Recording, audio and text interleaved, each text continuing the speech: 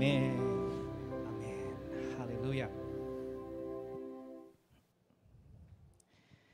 Oke, selamat sore, shalom, salam damai sejahtera dalam Tuhan Yesus Kristus. Jadi sepanjang bulan Juni ini, gereja pusat kita, Bethany Church Singapura, dan seluruh gereja cabang yang ada di bangsa-bangsa, termasuk di Korea Selatan, di kota Seoul, ini kita sama-sama sedang merenungkan firman Tuhan dengan tema spiritual growth, ya, growing deeper and wider, bertumbuh mendalam dan meluas.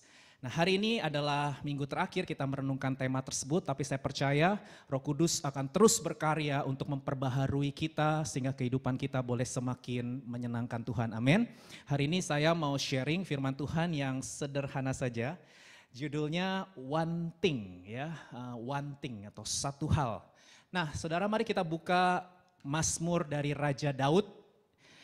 Mazmur pasal 27 ayat 4 sampai 14, saudara ya.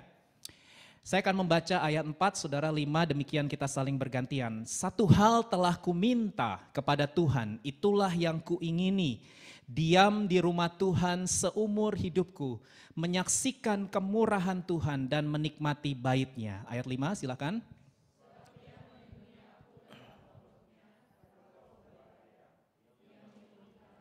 Dalam persembunyian di kemahnya, Ia mengangkat aku ke atas gunung batu. Maka sekarang tegaklah kepalaku mengatasi musuh sekeliling aku. Dalam kemahnya, aku mau mempersembahkan korban dengan sorak-sorai. Aku mau menyanyi dan bermazmur bagi Tuhan. Tuhan, seruan yang kusampaikan, kasihanilah aku dan jawablah aku. Hatiku mengikuti firman-Mu, carilah wajahku, maka wajah-Mu kucari ya Tuhan. Janganlah menyembunyikan wajah-Mu kepadaku, janganlah menolak hamba-Mu ini dengan murka. Engkaulah pertolonganku, janganlah membuang aku dan janganlah meninggalkan aku ya Allah penyelamatku. Sekalipun ayahku dan ibuku meninggalkan aku, namun Tuhan menyambut aku. Tunjukkanlah jalan-Mu kepadaku ya Tuhan dan tuntunlah aku di jalan yang rata oleh sebab seteruku. Janganlah menyerahkan aku kepada nafsu lawanku sebab telah bangkit menyerang aku saksi-saksi dusta dan orang-orang yang bernafaskan kelaliman. Sesungguhnya aku percaya akan melihat kebaikan Tuhan di negeri orang-orang yang hidup. Nantikanlah Tuhan, kuatkanlah dan teguhkanlah hatimu. Ya, nantikanlah Tuhan. Saudara dikasih Tuhan, jika seandainya saudara diberi kesempatan oleh Tuhan untuk mengajukan satu permintaan, satu permohonan, dan Tuhan pasti mengabulkan permintaan saudara. Tuhan pasti menjawab yes untuk permohonan saudara. Kira-kira saudara akan minta apa? Satu saja, one thing. Satu saja berarti the most important thing in our life. Karena hanya boleh satu, berarti yang kita minta ini adalah hal yang paling penting dalam hidup kita. Nah, saudara kira-kira akan meminta apa? Ya, ini mungkin lebih menarik kalau didiskusikannya di Cool, saudara ya. Dari situ ketahuan apa sih the most important things, apa sih hal yang paling penting dalam hidup kita. Nah, kalau saudara tanya sama Raja Daud, ya, kalau saudara tanya pertanyaan ini kepada Raja Daud, maka kita bisa menemukan jawaban Raja Daud di ayatnya yang keempat, saudara. Mazmur 27 ayat 4. Raja Daud berkata, satu hal, ya, one thing I ask from the Lord. Ya, satu hal telah kuminta kepada Tuhan, itulah yang kuingini. Diam di rumah Tuhan seumur hidupku, menyaksikan kemurahan Tuhan dan menikmati bait-Nya. Nah, saudara, dari sini kita bisa melihat what is the most important thing in David's life, ya. Apa hal yang paling penting, yang paling dicintai oleh Raja Daud. Dan jawabannya adalah hadirat Tuhan. Saudara, istilah rumah Tuhan, ini ada istilah rumah Tuhan, kemudian ada istilah bait Tuhan, ya. Itu kalau dalam konteks perjanjian lama, itu bicara mengenai hadirat Tuhan. Katakan hadirat Tuhan. Saudara, kalau kita lihat kitab Keluaran pasal 25 ayat 8, di sana Tuhan memerintahkan Musa untuk membuat tempat kudus, a holy place, ya. Supaya Tuhan berdiam bersama-sama dengan umat kesayangannya, umat kepunyaannya, umat pilihannya. Tuhan mau dekat dengan umatnya. Ada lagunya, Tuhan mau dekat dengan umatnya, ya. Itu sebabnya Tuhan minta Musa membuat a holy place atau tempat kudus bagi Tuhan. Dikatakan mereka harus membuat tempat kudus bagiku supaya apa saudara? Aku akan diam di tengah-tengah mereka. Nah, pada zaman Musa tempat kudus Tuhan itu disebut tabernakel atau kemah suci atau kemah pertemuan. Tapi pada zaman Raja Salomo tempat kudus Tuhan itu disebut bait suci. Ya, rumah Tuhan, bait Allah, bait suci. Nah, saudara dikasih Tuhan, Alkitab itu dengan jelas ya menyatakan bahwa God is omnipresence. Allah itu maha hadir. Katakan maha hadir. Artinya apa? Allah ada di mana-mana. Allah ada di mana-mana. Tidak ada tempat yang tidak dihadiri oleh Allah. Tidak ada tempat yang tersembunyi bagi Allah.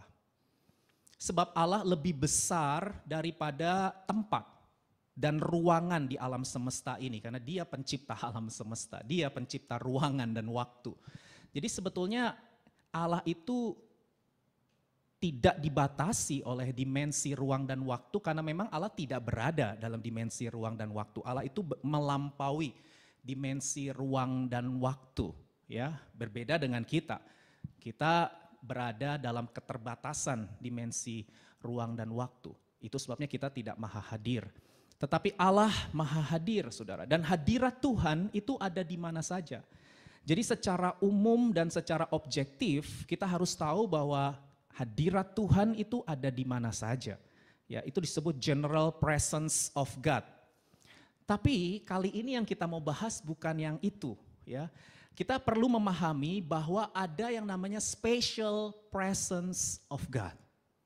Ada yang namanya hadirat atau kehadiran Tuhan secara spesial, secara istimewa, secara personal, pribadi.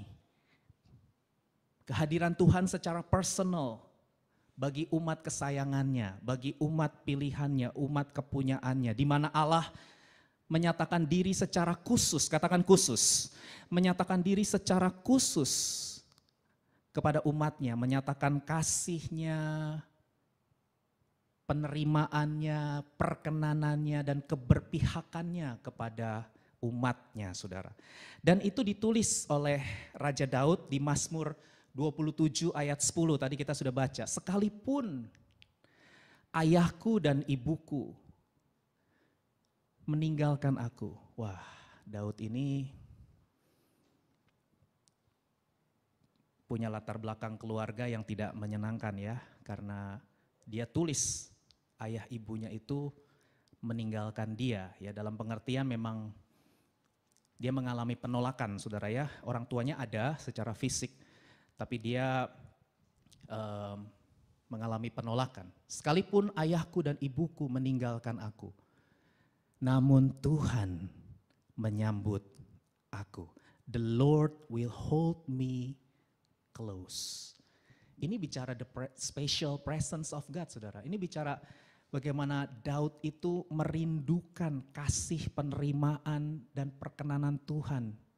Dia merindukan kehadiran Tuhan yang menyambut diri dia secara pribadi, secara personal. Itu sebabnya dia tulis, saudara, kalimat ini.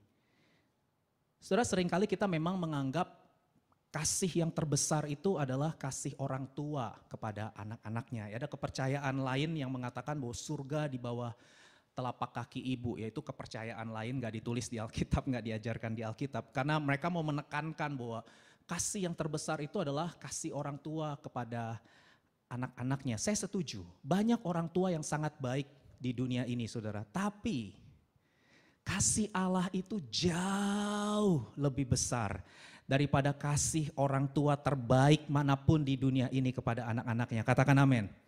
Dan kita harus mengakui bahwa tidak semua orang tua memiliki kasih yang besar kepada anak-anaknya. Halo, saya berdoa itu bukan orang tua saudara ya, tapi realita anak yang tertolak, anak yang dibanding-bandingkan, anak yang mengalami, ya saudara tahulah, itu ada.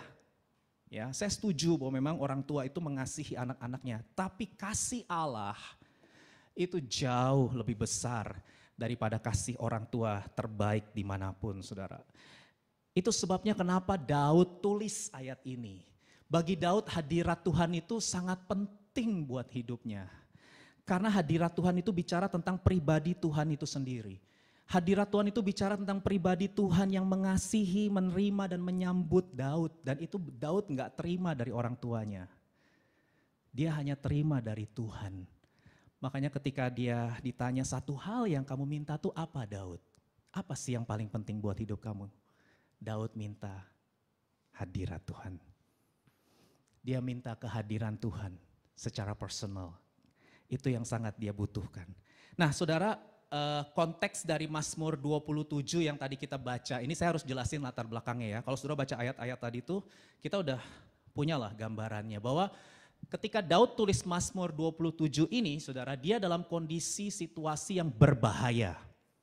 Ada bahaya yang mengancam nyawanya, saudara. Kita tahu bahwa ada masa di mana Raja Saul itu benci dengan Daud karena iri hati. Dan Raja Saul itu memerintahkan banyak pasukan untuk mengejar, menangkap dan bahkan membunuh Daud. Jadi situasi Daud ketika menulis Mazmur 27 ini merupakan situasi yang menegangkan. Situasi yang menakutkan saudara, karena mau dikejar, sedang dalam pengejaran. Ya. Bukan situasi yang aman dan nyaman. Nah menarik saudara, karena dalam situasi yang menegangkan seperti itu, Daud minta hadirat Tuhan. Wow. Ya, Daud dalam kondisi bahaya, ketika ditanya satu hal yang mau diminta apa, dia jawab hadirat Tuhan. Ya, itu yang dia rindukan. Menurut saya ini sangat menarik saudara. Dan kalau saudara baca ayat 1 sampai 6, ayat 13, 14, kenapa Daud minta rindu hadirat Tuhan? Karena di dalam hadirat Tuhan ada penyertaan, perlindungan, pembelaan, kesukaan, kebaikan, dan kekuatan. Ada lagu lama ya, di hadiratmu aku puas, di hadiratmu aku bebas, di hadiratmu ada terang kehidupanku, pernyataan kuasa kekuatanmu. Di hadiratmu ku datang, persembahkan syukur di hadapan Rajaku. Ya, lagu lama mungkin saudara tidak tahu. Tadi Jesse banyak nyanyi lagu-lagu lama itu. Lagu-lagu GBI ketika saya bertobat tahun 90-an. Tahun 94 saya bertobat saudara. Itu tadi lagu-lagu mungkin banyak anak-anak sekarang yang gak terlalu familiar ya. Lagu-lagu tadi itu lagu-lagu GBI Pak Niko banget di awal-awal dulu saudara ya. Memang banyak lagu-lagu lama yang simple-simple gitu ya saudara ya. Kalau sekarang wah udah lagu-lagu rohani sekarang, wih ya. Tapi banyak lagu-lagu simple, itu salah satu lagu simple ya. Nah saudara yang dikasih Tuhan, oke, mari kita belajar sekarang ya. Dari Mazmur 27 ini saya mau mengajak kita belajar adanya dua respon. Bagaimana supaya kita ini bisa mengalami dan menikmati hadirat Tuhan. Ya, tadi kan satu hal telah ku minta yaitu menikmati baitnya ya, menikmati. Jadi ada kata menikmati di situ. Nah, gimana caranya supaya kita bisa menikmati hadirat Tuhan secara personal? Sekali lagi saat ini kita konteksnya lagi bicara hadirat Tuhan secara spesial, secara personal, secara khusus gitu ya saudara ya. Bukan secara umum, kalau secara umum memang God is omnipresence, dia hadir di mana-mana. Nah, saudara yang dikasih Tuhan, mari kita siapkan catatan kita ya. Yang pertama, respon yang perlu saudara untuk kita bisa menikmati hadirat Tuhan secara personal atau secara khusus, itu adalah kesungguhan. Katakan kesungguhan. Ya, Mazmur 27 ayat 8. Yuk kita baca bersama yuk, 2, 3. Hatiku mengikuti firman-Mu. Apa sih firman Tuhan? Carilah wajahku, maka wajah-Mu ku cari, ya Tuhan. My heart says, if you seek His face, your face, Lord, I will seek. Tentu kata wajah ini metafor, karena Allah itu roh. Saudara ya, ini antropomisme. Ya, bukan sungguh-sungguh wajah secara literal gitu, bukan. Tapi ini sebuah metafora, saudara ya. Carilah wajahku, itu bicara mengenai pribadi Tuhan, keintiman dengan Tuhan. Ya. Firman Tuhan berkata kita harus mencari pribadinya, mencari keintiman di dalam hadiratnya. Nah saudara, kata mencari ini adalah sebuah kata aktif, katakan aktif, responsif. Ya, jadi kalau saudara mau menikmati hadirat Tuhan, saudara nggak bisa pasif, nggak bisa. Karena gini, ini saya kasih analogi ya, ini analogi dari saya. Hadirat Tuhan itu memang bukan hasil usaha gini. Hadirat Tuhan itu bukan imbalan, bukan reward, tapi present, hadiah. Jadi hadirat Tuhan itu hadiah, anugerah, pemberian. Tapi yang namanya pemberian, sekalipun itu pemberian cuma-cuma, kan kita tetap harus nerima. Kalau saudara mau menikmati pemberian, saudara harus terima enggak? Halo, betul? Iya, kalau saudara mau menikmati, saudara harus terima. Berarti dibutuhkan respon. Halo, betul?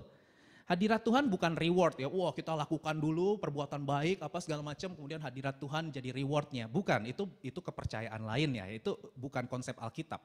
Ya, kalau konsep Alkitab itu hadirat Tuhan itu adalah sebuah present, sebuah hadiah. Tapi kita untuk bisa menikmatinya itu kita harus meresponi, kita harus terima hadiah itu. Halo, betul? Nah itu sebabnya butuh yang namanya kesungguhan. Karena Tuhan gak mau maksa orang, ini saya udah sering sekali ngomong. Tuhan itu gak mau maksa, kalau saudara memang gak mau, saudara yang gak bisa menikmati. Halo, betul? Tuhan gak bisa paksa-paksa. Mungkin kalau kita para pelayan-pelayan termasuk saya yang khotbah ini, saya tuh pinginnya, ayo dong jemaat, nikmati dong hadirat Tuhan gitu ya, pengennya begitu ya. Tapi jemaat juga gak bisa dipaksa, karena saudara punya pilihan, saudara punya free choice, free will. Itu sebabnya masalah kesungguhan itu masalah pilihan. Bilang sama kanan kiri, kesungguhan itu bicara pilihan bebas. Ya, saudara ya, bicara pilihan bebas, saudara bebas. Kenapa? Karena kesungguhan itu merupakan ekspresi cinta kepada Tuhan. Nah cinta itu gak bisa dipaksa.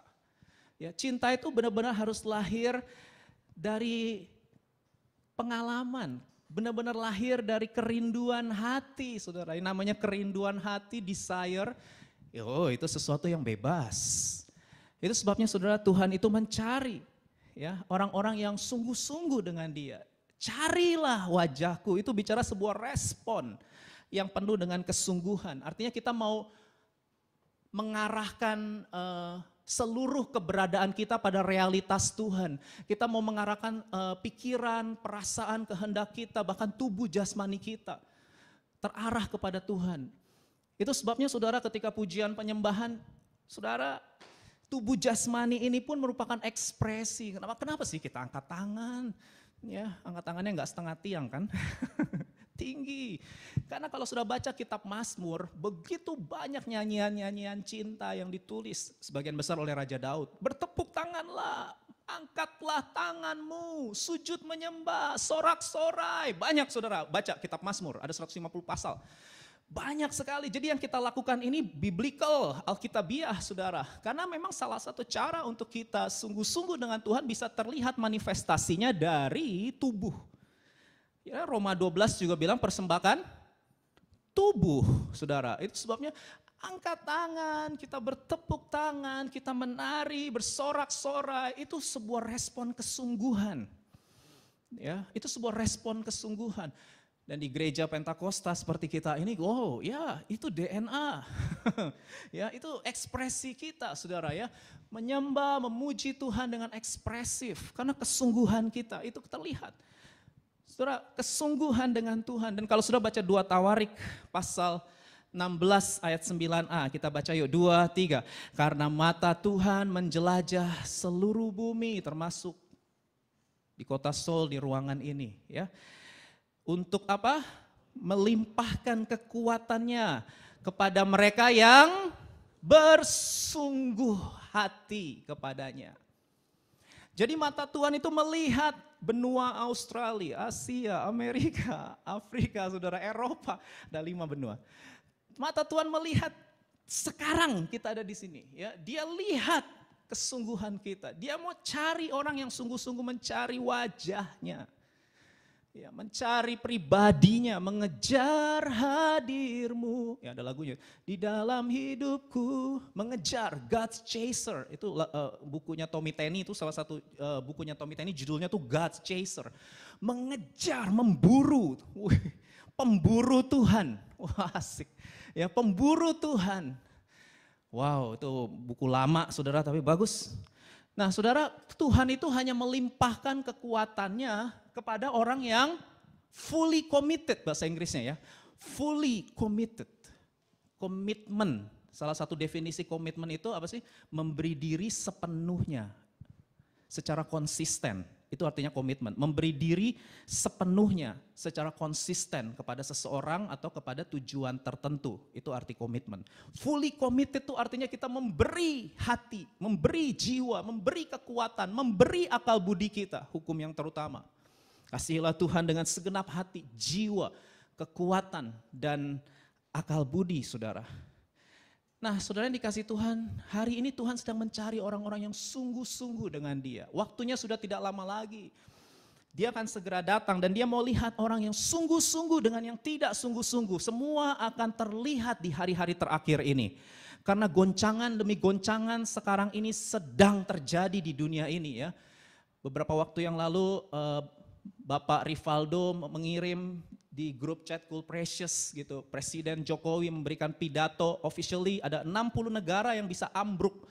Ya karena memang tantangan inflasi, tantangan krisis energi, krisis pangan itu sangat real dihadapi. Dan kalau nggak antisipasi 60 negara bisa ambruk, itu presiden officially ngomong begitu. Jadi kondisi dunia ke depan ini saudara itu makin penuh dengan krisis, makin penuh dengan ketegangan, goncangan akan terjadi lebih besar dan itu dikatakan oleh Alkitab. Bahwa yang akan digoncangkan nanti bukan hanya bumi tapi langit juga akan digoncangkan supaya tinggal tetap apa yang tidak tergoncangkan yaitu orang-orang yang hidup dalam kerajaan Allah dan yang beribadah sungguh-sungguh dengan Tuhan. Dia tidak akan tergoncangkan karena dia berakar di dasar yang teguh yaitu Yesus Kristus, dasar yang tidak tergoncangkan. Amin. Nah hari-hari ini kita akan kelihatan kok dasar kita benar Yesus atau bukan. Kalau dasar hidupmu, casing kita boleh Kristen, casing kita Kristen. Casing kita haleluya, puji Tuhan, shalom, Tuhan memberkati, casing. Tapi dalamnya nanti kelihatan waktu goncangan. Ya, benar-benar dasar atau akar kita itu apa? Kekayaan, popularitas, pengakuan orang, ya, atau Yesus. Itu nanti akan terlihat dalam goncangan, termasuk saya pun akan alami saudara. Tapi saya berdoa kita semua tetap kuat dan teguhkan hati kita karena kita ada di dalam Kristus, amin. Bilang kanan kiri, kuatkan dan teguhkan hatimu, amin. Karena kita semua ada di dalam Kristus. Marilah kita sungguh-sungguh, tak ada banyak waktu. Tak ada banyak waktu, tak ada banyak waktu, giatlah dan jangan lalai. Ada lagunya kan, pekerjaan besar menunggu, ladang siap dituai. Suruh kok Dedi, aku masih sweet 17, aku baru sweet 19 ya, baru sweet-sweetan ya. Baru 17 tahun usia. Ada gak sih yang 17 tahun? Aku baru 19 tahun, kayaknya 19 ya, 17 gak ada ya. Aku kayak 19 tahun kok Dedi, jangan ngomong yang begitu-begitu deh. Saudara, kita gak pernah tahu waktu di dunia ini kapan berakhirnya saudara. Semua berlangsung dengan sangat cepat. percepatan sedang terjadi di mana-mana, saudara. Saudara nggak bisa lagi menunggu-nunggu, nanti deh sungguh-sungguh dengan Tuhan. No, the time is now. Sekaranglah waktunya untuk kita sungguh-sungguh dengan Tuhan. Amin, saudara. Nah yang kedua, yang terakhir adalah ketekunan. Katakan ketekunan. Yuk kita lihat Mazmur 27 ayat 14. Baca bersama yuk, 2, 3. Nantikanlah Tuhan, kuatkanlah dan teguhkanlah hatimu. Ya, nantikanlah Tuhan. Ya, be brave and courageous. Yes, wait patiently for the Lord. Nah, saudara, respon kedua untuk kita bisa menikmati hadirat Tuhan itu adalah ketekunan. Kita perlu tekun, saudara. Nah, ini saya harus bicara nih ya, saudara ya. Begini. Kita harus mengakui bahwa kita itu tidak selalu bisa merasakan sensasi hadirat Tuhan di setiap waktu. Saya ulangi kalimat saya ya. Kita ini harus mengakui bahwa kita ini tidak selalu bisa merasakan sensasi dari hadirat Tuhan yang bikin kita nangis, yang bikin kita merinding, yang bikin kita bergetar, yang bikin kita rebah, yang bikin kita sujud. Kita bisa merasakan itu semua. Yes, saya ngerasain saudara, tapi saya harus jujur, tidak setiap hari saya rasakan. Ya, gak setiap hari saya rasakan bergetar, merinding itu gak setiap hari saya rasakan. Ada waktu-waktu dalam kehidupan saya di mana ketika saya berdoa, saya gak gergeran. Apa ya gergeran? Saya nggak merinding ketika saya sedang berdoa, ya. Ini nangkep nggak ya maksudnya? Kalau yang dari gereja Pentakosta biasanya nangkep ya maksud saya ya. Ya karena ada beberapa orang, ya kita ngalamin hadirat Tuhan secara kuat ya. Karena memang kita percaya bahwa Tuhan itu bisa jamah. Tapi nggak selalu dan nggak di setiap waktu. Ada waktu-waktu di mana kita berdoa kita nggak rasa apa-apa. Ketika kita beribadah, kita bernyanyi, memuji, menyembah Tuhan, mungkin kita nggak ngerasa apa-apa. Nggak apa-apa. Halo? Nggak apa-apa, tetap berdoa, amin. Tetap renungkan firman, tetap beribadah, amin. Karena Tuhan mau kita hidup bukan oleh perasaan. Perasaan itu oke, kita memang makhluk personal, punya pikiran, perasaan, kehendak. Tapi Tuhan nggak mau kita hidup hanya oleh perasaan. Tuhan mau kita hidup oleh iman. Baca Alkitab. Baca Alkitab. Gak ada ayatnya kita disuruh hidup oleh perasaan. Cari dari Kejadian sampai Wahyu, gak ada. Adanya hiduplah oleh iman. Berjalanlah dengan iman. Iman itu berarti sesuatu yang kita mungkin belum terima, belum rasakan, tapi kita udah percaya dan kita mau terus percaya sampai akhir hidup kita. Itu iman. Halo? Yes. Ada waktu-waktu dalam hidup kita mungkin kelihatannya kok biasa-biasa aja. Nggak ada sesuatu yang spektakuler terjadi. Ketika saya berdoa, ketika saya merenungkan firman, ketika saya beribadah, menyanyi, memuji Tuhan dan lain sebagainya, kok kelihatannya nggak ada sesuatu yang gitu, kayak sengatan listrik yang bikin saya sama Tuhan, gitu. Wow, nggak apa-apa. Karena saya pun sebagai rohaniwan mengalami hal seperti itu dan nggak apa-apa sudah kalau kita tidak dalam kondisi berdosa ya. Kalau kita kondisi berdosa kita harus bertobat. Tapi ini kita dalam kondisi yang baik, tidak berdosa, tidak punya kecanduan apa enggak. Tapi kita enggak rasa, enggak apa-apa karena bisa jadi itu sebuah ujian. Bisa jadi Tuhan memang mau menguji kesetiaan kita. Mau menguji komitmen kita. Mau memurnikan motivasi kita. Apakah engkau tetap mengasihi aku sekalipun engkau enggak merasakan sensasi di hatimu. Ngerti gak saudara? Kan kalau dalam pernikahan yang namanya komitmen itu kan dalam suka, duka, ya kan, dalam kondisi sehat, sakit dan lain sebagainya. Sama hubungan kita dengan Tuhan juga seperti itu. Nah saya percaya kita semua adalah orang-orang yang setia. Katakan setia, kita adalah orang-orang yang berkomitmen, amin. Meskipun mungkin kita nggak merasakan selalu ya sensasi hadirat Tuhan, meskipun saya minta Tuhan, saya pingin minta rasain sensasi hadirat Tuhan, tapi nggak selalu, nggak apa-apa. Tetaplah berdoa, tetaplah mengucap syukur, tetaplah beribadah, tetaplah bernyanyi, memuji dan menyembah Tuhan dengan segenap hati, amin. Ya, karena ibadah itu bukan soal kita rasa atau tidak rasa. Ibadah itu adalah soal kita mempersembahkan hidup kepada Tuhan.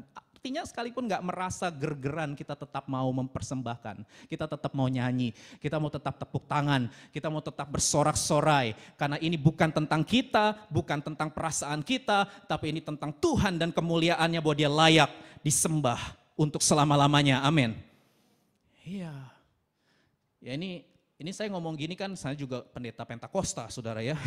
Jadi kadang-kadang ada worship leader tertentu ya, bukan worship leader BIC. Waduh, hadirat Tuhan gak ngangkat nih, gak ngangkat. Wah, apanya yang diangkat? Ya hadirat Tuhan gak naik ini, coba dinaikin lagi, ya gak ngangkat. Emangnya hadirat Tuhan apaan? Ngangkat-ngangkatan, saudara ya. Jadi kadang-kadang kita terlalu ini banget dengan perasaan. Saudara, hadirat Tuhan bukan soal ngangkat-ngangkat atau tidak ngangkat karena musik. Karena hadirat Tuhan tidak tergantung pada permainan musik. Karena hadirat Tuhan itu bicara sikap hati kita kepada dia. Amin. Dan saya bersyukur mungkin dengan musik yang sederhana, worship leader, tim worship yang bukan profesional. Ya, kalau yang dipanggil di sini penyanyi profesional merinding semua, tapi itu merindingnya sensasinya hadirat Tuhan atau karena suara dia yang ya saudara harus bisa bedain kalau penyanyi profesional yang nyanyi di sini how great, merinding gitu ya. Tapi itu bukan hadirat Tuhan itu karena memang dia punya kualitas suara yang luar biasa yang bikin kita merinding. Kan di konser-konser juga gitu kan pada blok ya, pada rebah semua begitu ngelihat artisnya nyanyi saudara ya, dan lain sebagainya. Itu kan karena mereka profesional, Tapi kalau kita bukan soal profesional, kita bicara sikap hati, amin. Kita mungkin bukan orang-orang yang profesional dalam bidangnya, dalam musik, dalam apa, tapi kita mau menyembah Tuhan dan itu cukup. Saya percaya ketika kita lakukan itu dengan penuh ketekunan, Tuhan disenangkan. Saudara, saya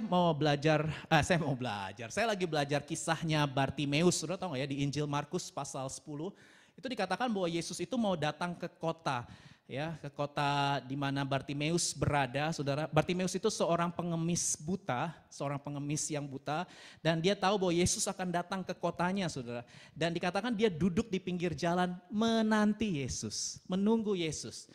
Dan menurut para penafsir bisa jadi dia karena nggak ditulis oleh Alkitab berapa lama Bartimeus menunggu Yesus. Bisa berjam-jam, bisa berhari-hari, tapi dia tetap tekun, tidak putus asa untuk menunggu Yesus. Dan ketekunannya itu akhirnya melahirkan momen.